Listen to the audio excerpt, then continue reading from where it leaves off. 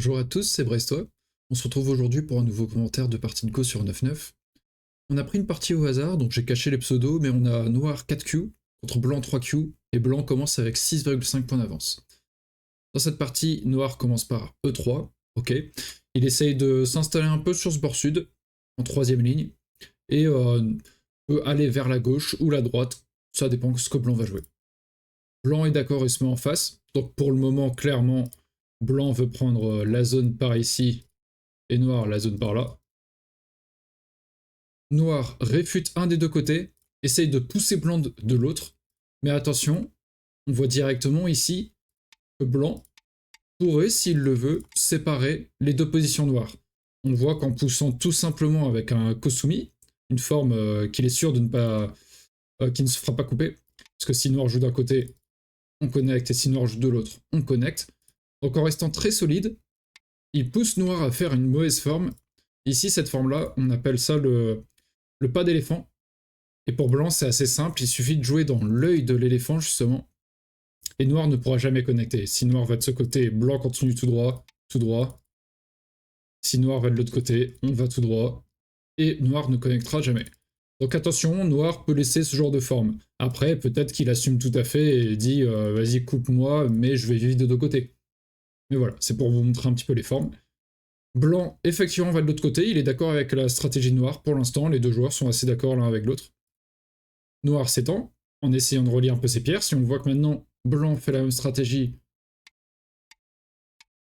blanc pousse, mais cette fois, il y a déjà une pierre en G4, donc noir peut venir ici.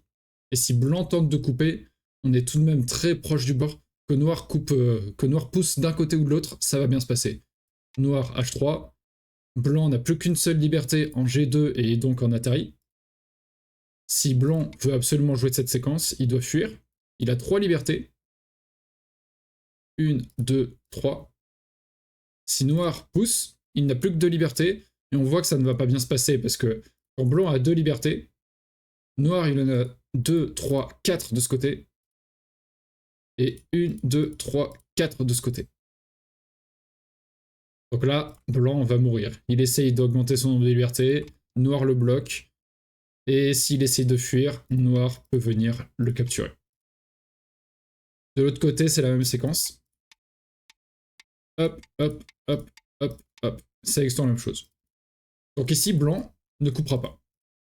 Et blanc ne fera pas cette séquence, à vrai dire. Donc ça ne marche plus. Ce coup, en G4, protège un peu de tout ça. Et connecte un peu tous les pierres. Donc c'est assez pratique, il le menace également de faire pas mal de points dans toute cette zone. Donc c'est sympathique. Blanc s'étend de l'autre côté et dit, si on joue comme ça, naturellement, à peu près les mêmes formes, j'ai 6,5 points d'avance. Donc je ne vois pas ce qui pourrait mal se passer. Noir est d'accord et essaye d'aplatir blanc sur son bord. Blanc connecte ses pierres. S'il joue ailleurs, par exemple ici, noir peut continuer et séparer les pierres blanches. Et cette pierre en C3 est super isolée en fait. Blanc ne peut pas couper bien sûr, sinon il se fait capturer ses pierres. Dès qu'on est proche du bord, c'est assez compliqué comme dans les autres séquences. Donc blanc est d'accord, va connecter. Pour l'instant, les deux joueurs sont ok sur tout ce qui se passe. Noir essaye de connecter ses pierres tout en essayant de faire quelques points sur ce bord centre, sur ce centre, pardon. Blanc n'est pas d'accord et essaye de rentrer. Noir coupe et blanc recule. Blanc voit qu'il a une petite faiblesse ici. Effectivement, on pourrait se dire ah mais ces deux pierres noires n'ont pas beaucoup de liberté, mais blanc ne peut pas les capturer. Parce que si blanc attaque cette pierre et que noir connecte, si blanc attaque de ce côté, noir fuit, et on retrouve la même forme de Kosumi au début dont on parlait là, ici. Maintenant, si blanc joue de ce côté, noir connecte. Si blanc joue de ce côté, noir connecte. Donc noir vient de connecter, grâce à ce coup, noir vient de connecter toutes ses pierres. Et blanc a perdu 2 pierres au centre. Si blanc décide de faire attaque de l'autre côté, noir fuit, blanc attaque, noir fuit, blanc attaque, noir peut capturer celle-ci par exemple. Peut également attaquer par ici. Donc ça ne marche pas très bien. En fait, son coup en F6 était plutôt une erreur. Il pouvait menacer d'aller en F6, si noir ne répond pas, il vient ici, et là c'est un désastre pour noir. Il peut plus couper en F7. noir aurait protégé, et blanc, en fait, réduit énormément le coin de noir. Donc, il avait une bonne idée dans le coup, mais c'est pas le bon ordre. Donc, noir coupe, blanc recule, protège sa pierre. On a vu que ça pouvait être dangereux pour cette pierre en E7, donc il recule. Et on voit maintenant qu'il pourra plus avancer au F7, il pourra aller au maximum, ici. Ce qui est goté, ça perd l'initiative, puisqu'il doit protéger. Sinon, encore une fois, hein, même séquence que tout à l'heure. On retrouve toujours les mêmes patterns, un petit peu. Hop. Donc, noir dans cette partie protège ses pierres. Effectivement, maintenant que blanc a été en D7, cet Atari fonctionne. Si noir connecte, ah mince, tout à l'heure il avait 2 libertés en D7 et en D4, mais maintenant il n'y en a plus qu'une, donc il se fait capturer. À vrai dire, noir quand il vient ici, donc c'est pour protéger ça, hein. Maintenant il est connecté en Kosumi comme on a vu tout à l'heure. Ce n'est pas si urgent, ce n'est pas si grave. On verra ça après, je pense. Blanc rajoute ce coup. Non, on peut voir ça maintenant. Blanc rajoute ce coup. Noir protège, blanc recule. On voit que sur ce bord bas et coin, blanc a vachement pris l'avantage. Et même globalement, avec 6,5 points d'avance, ça devient plus compliqué pour noir de gagner cette partie. À vrai dire, ici, noir peut d'abord venir en D2. Si blanc capture ses pierres, cette pierre en E6, noir peut sacrifier. Blanc peut aller ici, et noir peut, par exemple, venir ici, blanc capture, il peut connecter, et ça se passe un petit peu mieux. En fait, il a gagné ce D2 qui est un très gros coup, et après, il peut, par exemple, faire ceci, faire ça, et voilà, il peut jouer assez gros et avoir encore soit le 8, soit le C1. Il perd assez peu, en fait, de ce côté. Alors que dans la partie, certes, hop, il sauve cette pierre, mais blanc peut avancer très profondément dans le territoire noir. Et noir, quand il défend, en plus maintenant ce coup est goté, mais si c'est blanc qui s'en empare en premier, c'est un coup senté. Noir doit reculer et protéger. Donc il y a un ordre des coups, c'est une notion aussi qui est pas facile, c'est est-ce que cette pierre a beaucoup d'importance? Pas vraiment, ça fait pas tant que ça de points. Mais ça c'est pas aisé, hein, je reconnais. Donc noir protège, blanc fait ceci, paf paf, on en était là. Noir menace de rentrer dans le territoire, très bien. Blanc se protège, j'imagine, tout à fait. Noir joue ici, il menace de capturer par exemple ces pierres-là, voire de capturer de ce côté. Atari, si blanc protège, Atari. Et encore une fois, on a cette séquence où noir capture 3 pierres. Donc là, il menace ça. Je profite juste une petite pause tant que j'y pense, là j'allais oublier. Si vous appréciez la vidéo et les commentaires jusqu'ici, comme d'habitude, hein, n'hésitez pas surtout à vous abonner à la chaîne, ça soutient beaucoup, et vous êtes prévenus des prochaines vidéos. Et à mettre un petit pouce bleu sur cette vidéo aussi, pour que d'autres personnes puissent voir la vidéo, ça la propage davantage. Voilà, merci beaucoup. Donc, noir menace, et blanc ne protège pas. Blanc revient sur cette question de « mais si, je t'assure, cette capture est grosse ». Et noir est d'accord. Noir est d'accord, ça ne m'étonne pas vraiment parce que il a déjà justifié l'importance de sa pierre en E6, selon lui, avec ce coup. Il ne voulait pas perdre E6, donc il a rajouté ce coup. Donc je peux comprendre l'idée de la connexion ici. Non, j'ai protégé cette pierre avec mon D4, donc je ne veux pas la perdre. Malheureusement, ici, c'est encore plus visible. Tout à l'heure, c'était peut-être pas très clair ce que je disais, mais là, c'est beaucoup plus visible, je pense.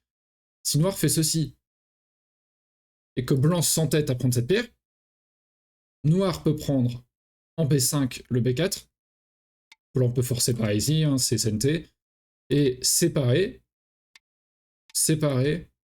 on connecte pour blanc, et noir va vivre de ce côté. Imaginons une séquence comme ça, de presque fin de partie. Hop, blanc menace coupée, noir connecte, voilà. Une séquence un peu comme ça. On remarque que noir a pris quand même tout le coin ici. Il s'est fait séparer, certes, mais il continue à vivre au nord-est.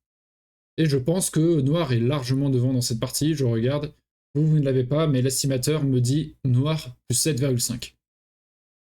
Donc effectivement, ça, c'est un bon choix stratégique pour noir.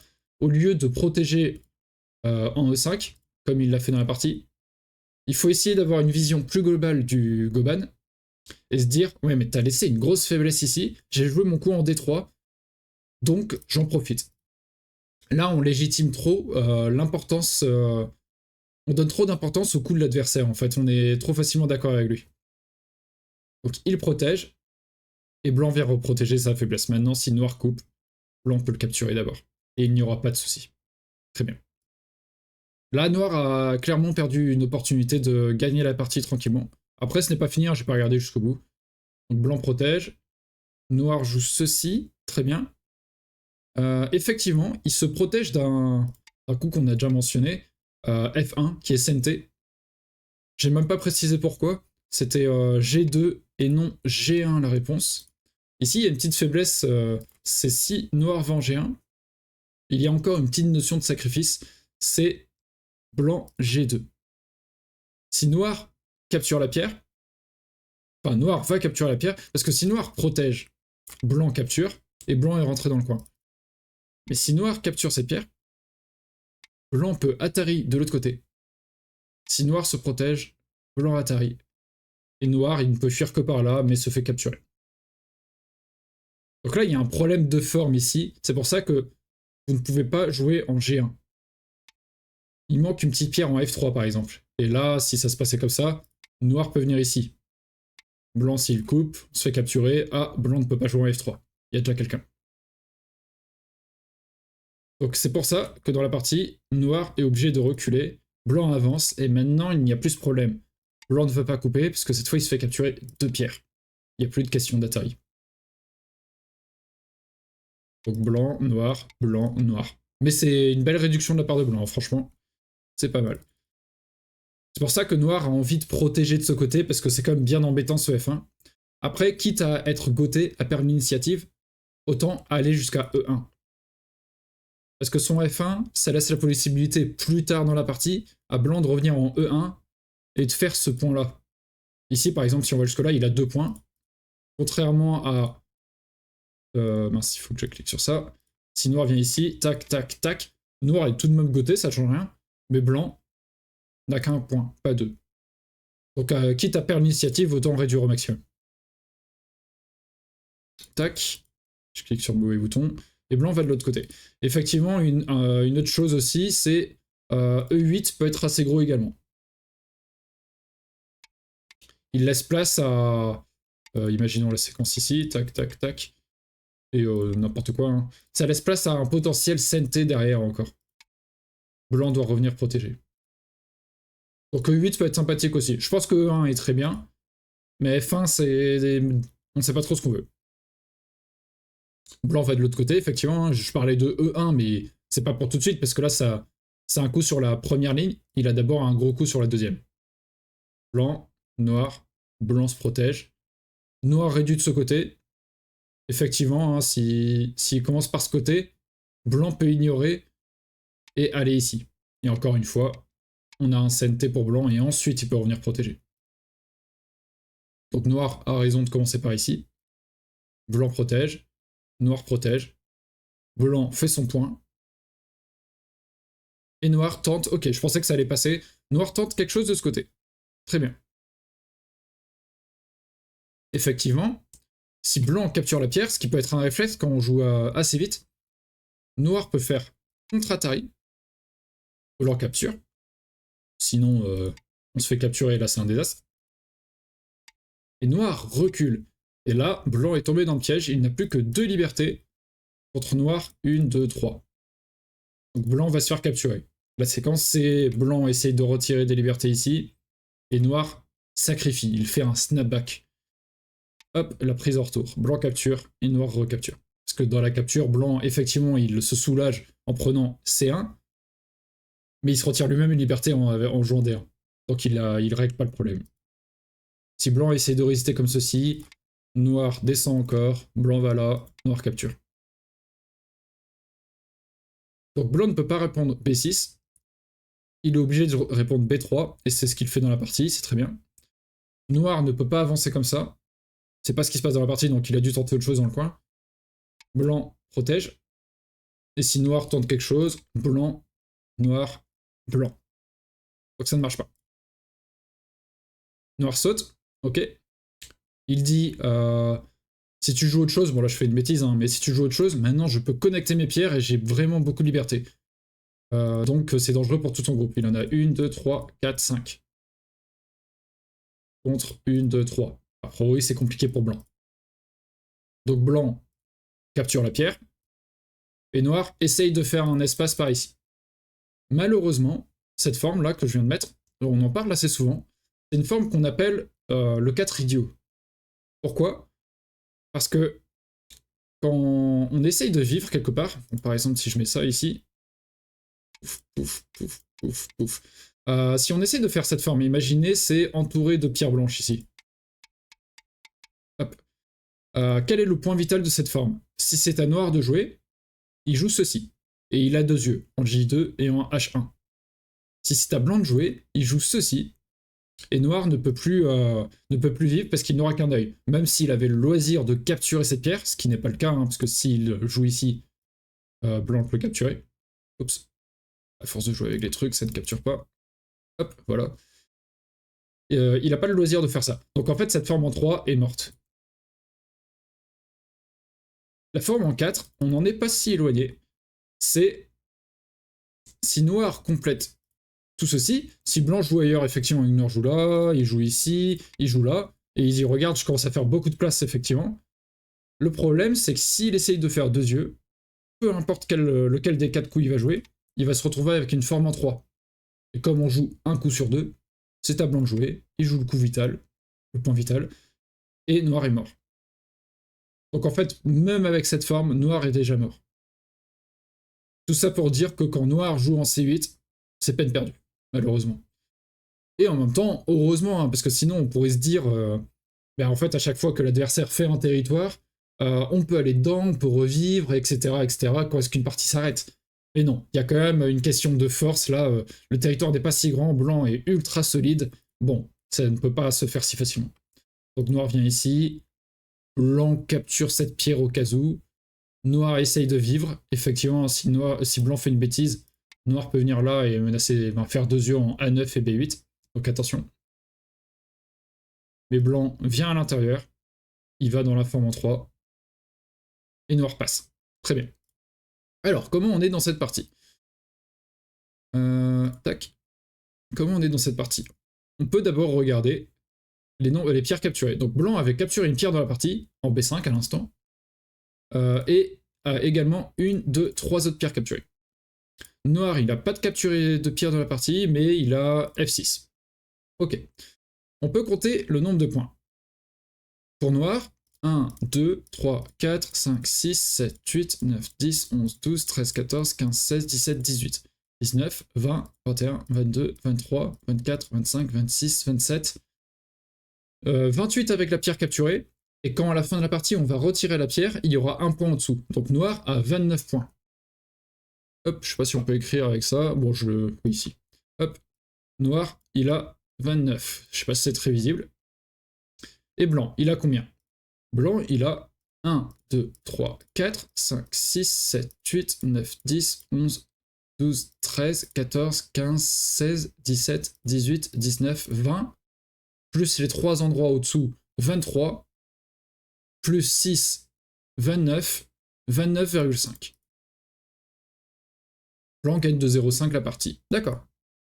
Si je ne me trompe pas. Hein. 4, 5, 6, 7, 8, 9, 10, 11, 12, 13, 14, 15, 16, 17, 18, 19, 20, 21, 22, 23, plus 6,5. Ouais, 29,5. Donc blanc gagne de 0,5 la partie. Bien joué à lui. Ok. Voilà, j'espère que ça vous a plu. C'était un peu long, je pense. N'hésitez pas à me dire, hein, là on tente pas mal ces temps-ci les 9-9 en commentaire. Donc n'hésitez pas à me dire ce que vous en pensez. Encore une fois, mettez un petit pouce bleu et un petit abonnement si ça vous intéresse de me suivre et de me soutenir, bien sûr.